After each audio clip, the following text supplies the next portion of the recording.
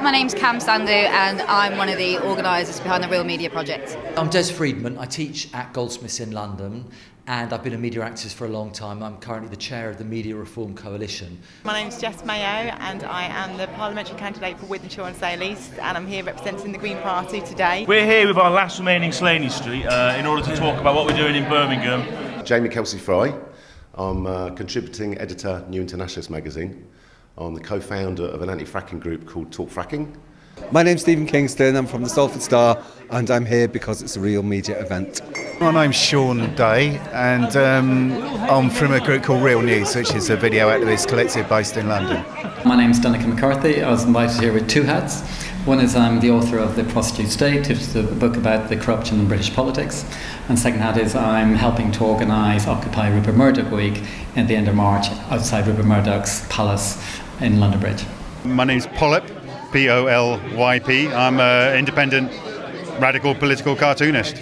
And if there's one message I've got to give to people today, it's people who shoot cartoonists for drawing cartoons are fucking Nazis. We're here with Tom Barlow, one of the organisers of the event.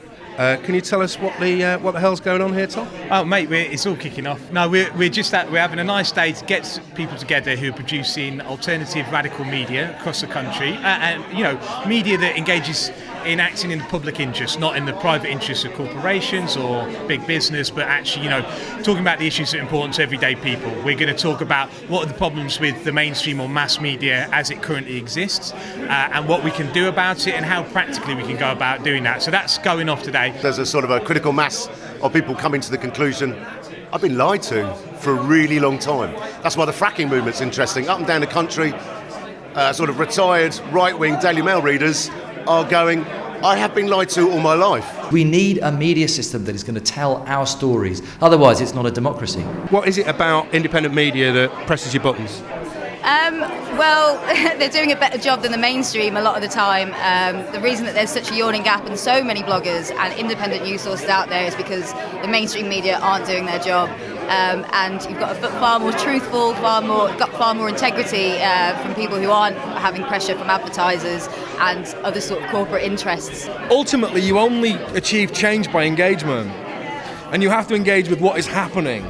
And if what is happening is the entire of the internet's worrying about a fucking dress and what colour it is, then obviously we're in trouble as a culture. I think I decided that I wanted to go into politics when there's loads of stuff that I'm interested in, like I'm generally quite creative and I'm always doing stuff. But when I was thinking about what I wanted to kind of go back into working after I had my son, there was areas of discontent within the system that is run and how unfair and how unjust that is, that even though I knew that there's things that I would probably enjoy doing better, I couldn't therefore enjoy those, knowing that this kind of goes on within our system. Salford politics mainly at the moment is about cuts, massive cuts, £58 million worth of cuts. It's about things like devolution, NHS devolution and devolution to Greater Manchester. It's about the death of democracy in Salford. It's about the death of democracy in Greater Manchester. It's about environmental campaigns like the anti-fracking movement.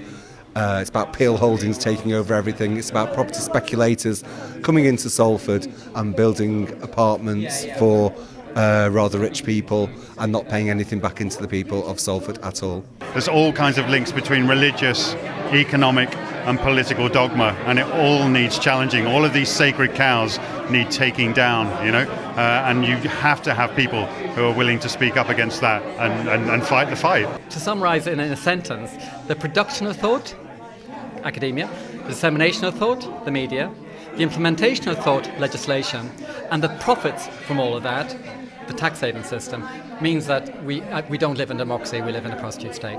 The most important thing about this is people actually meeting each other and finding out that each other exists. And once that starts, then you can start having a dialogue with each other and start getting things going. So I think it's been useful in terms of meeting people, really. If you're thinking about joining in with these actions around changing media ownership, then please get in touch with mediareform.org.uk and groups like Campaign for Press and Broadcasting Freedom. The speakers just now are really inspiring about what we're hoping to do next with Real Media and building independent media around the country. People know that the system is not working for them at all, that the system is working for the 1%. but they don't know where to articulate that and how to articulate that. And Occupy, primarily is a platform. So we're providing a platform for people who feel the same. It's so inspiring and just such an amazing way to kick things off. Having people here, they're give you the insight that they have, the experiences they've had of being in those situations. We've got stalls here from the New Internationalist, other kind of independent organisations. So it's just getting people to start thinking and talking and connecting with people who are providing a better source of news. What do you think the chances are of you keeping your deposit? Oh, high, high keeping the deposit, I think so. But I'm a big believer in affirmation. I'm under no illusion of the figures. But I think we can definitely keep our deposit, Good luck. Thank you very much. Brilliant.